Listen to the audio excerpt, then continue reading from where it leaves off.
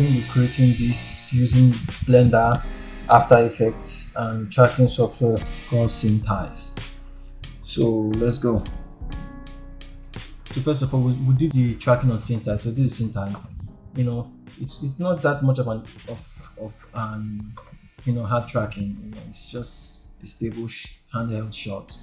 So I did pretty much an easy track where I went on, click on auto track, and it did auto track for me. I went on, clicked on sub, and it gave me pretty much good results at the beginning of it. This is what my tracking error. And after I finished tracking, I decided to, export my tracking data into Blender. So this was Blender. Click on Blender. I clicked on save. If I click on save, it will take me to this menu. This menu, all you have to do is click on OK and it will launch Blender for you. But before you click on OK, make sure you come down here and you impute the version of Blender you have on your computer. Just impute it here. Afterwards, it will launch that version because I have several versions. So that's why I put in this version here. But when I first came into this software, there was this menu, this place wasn't there. So I had to put it in myself. So afterwards, you click on OK, it will launch Blender for you. When I launched Blender, this is it right here. So after you finish launching Blender, this is what you will see mainly. This is what you will see mainly, the tracking markers with your camera. This is my camera right here, tracking marker with the camera. So, and this is my footage. But normally, if you import it, if you launch Blender for you, this footage won't be here. All you have to do is go in here, impute your footage. Go in here, you sort out your footage from the menu, and you come back in, and the footage will load in for you. So after that, I came in, then I blocked out the scene, which is normally just cube. You can see it all is just cube. So look at it from this angle, just cubes, which I used to block out the scene, giving me the perfect perspective of how my scene is going to be like. Afterwards, I started, putting my scene together, knowing very well that I'm going for a Cyberpunk City style, look. Well, I started blocking my city, but I put in all my assets. These are all my assets. These are how they look like. And this was it mainly. Putting all my assets and look at how the assets tend to fit in based on my blocked out scene. You can see it, right? So that's why blocking out the scene is very, very important, because it will make it very easy for you to actually be able to put in your asset without you coming into complication of how of placing out your assets. So that's for that. So after blocking out putting my assets, I realized that okay, I have to put in some shapes. But I noticed in this particular composition, because I saved several compositions, particular composition, the shapes are not here. So I had to animate my shapes. After animating the shapes, after animating the shape, I rendered it out in different layers. And this blocking out of scene also helped when it comes to that, because, for example, this was rendered in Eevee. This beauty you see right here was rendered in Eevee, while the shadows you see underneath was all rendered in cycles. So this is how it was done here. First of all, I rendered it out in Eevee using normal Eevee. This is how Eevee looks right on here. Just hold on a bit. So if you look very closely, you know that on Eevee there is no shadows. There are no shadows, right? But if I do switch, to cycles, there's no shadow. So it's just beauty pass and all. I noticed that I'm like, okay, I have to render this on Eevee, to save time, and render the shadows on cycles, which is if I switch to cycles. And so now if you look very closely now, you will see that there are shadows now. Look at this. Okay, you see that there are shadows here. just look very close. You see they have shadows now. Look at behind there are shadows. So that's how it was being done. So all I had to do to render the shadow separately was make sure I set it on indirect only. So I set on indirect only, and the shadows were successfully rendered, and well, that was it. And after the shadows were rendered, I had to go in and animate the shapes. And this block out, from the distance to this balcony, which the actor was standing at, actually helped because it was able to help me to determine the distance between this sheep, the houses on the background, and the sheep. So I don't really have the sheep on this composition, so I'm going to go ahead and go into the compositing software and show you the sheep right there because I already be running that. So this is After Effects right here. So I'm going to start this way. This you can see from this perspective right here that this is my actor. This is all of what we have. All of what we have. You can see the sheep right here. You can see the background. You can see even this. You can see even this. There's this hologram.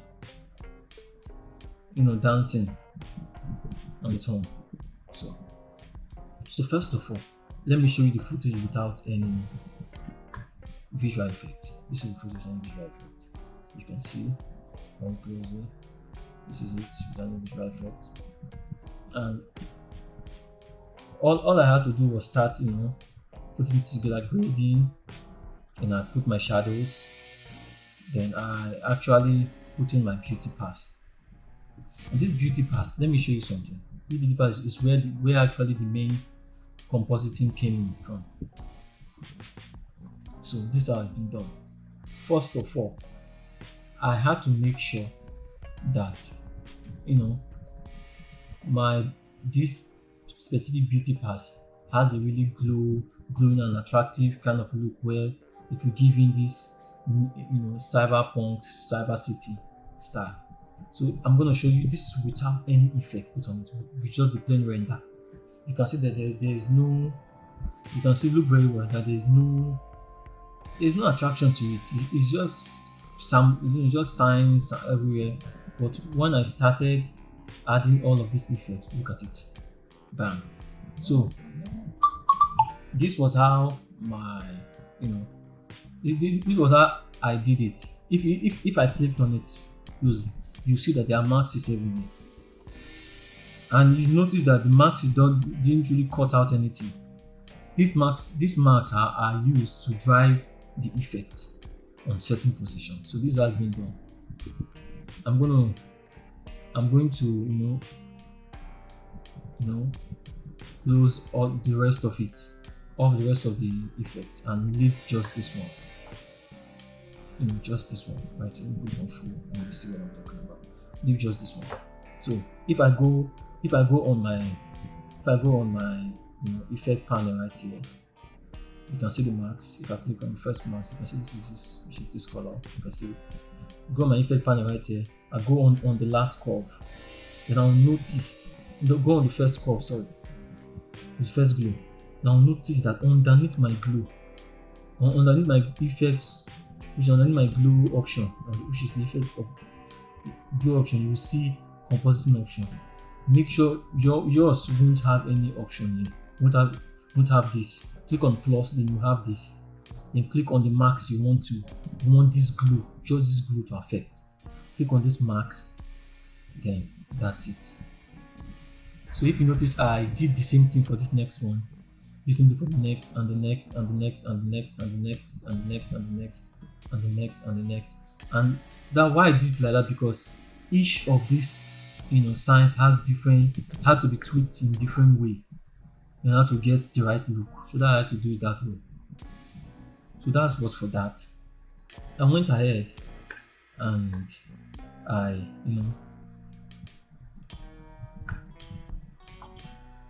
did the marks of this. I had to do some marking of this specific. This is it. This is the marks. I put it in, and it is without the marks on this side. The marks on this side. And I went ahead and did some other marking for this, for the sign behind here. Then here comes my ship. Okay, this ship was also rendered in Blender using Eevee.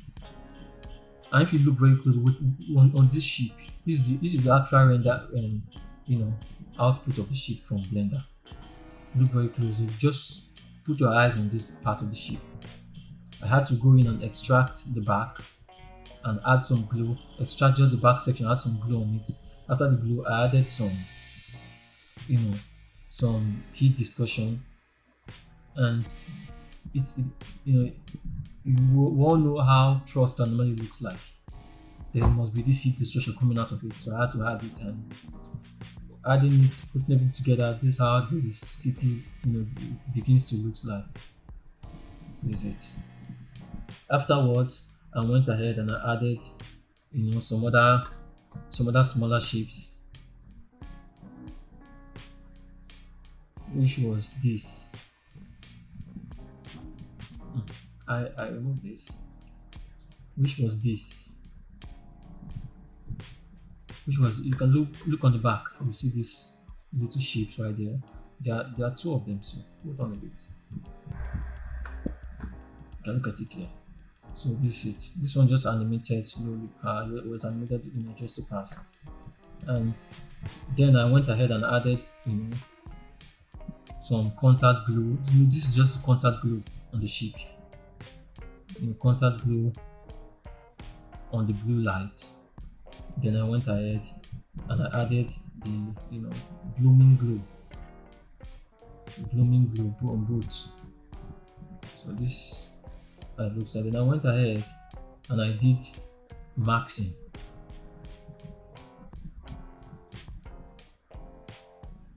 I did maxing on just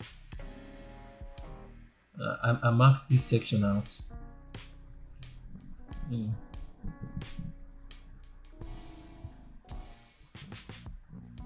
Then I added, this dance. I added the dancing man.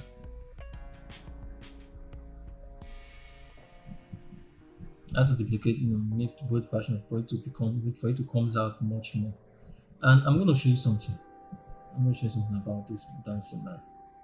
The dancing man, when I rendered it out from Blender, it looks really off. Like it's not really that that appealing to look at. I'm gonna show you when I disable it of it. This was it. So I had to go in, add all of this glue and do this duplicate it again, add the same glue, and bam, that's it. And when I added all of this, I noticed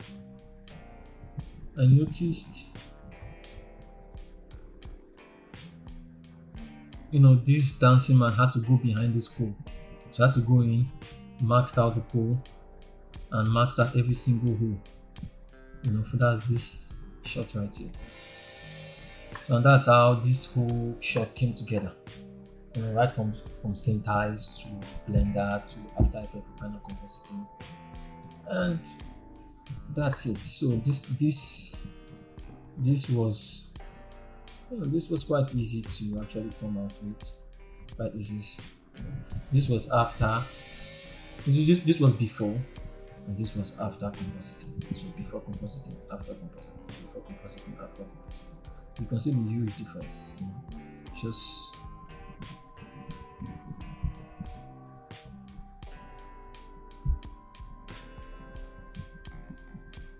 a huge difference, right? So this is actually our final footage again.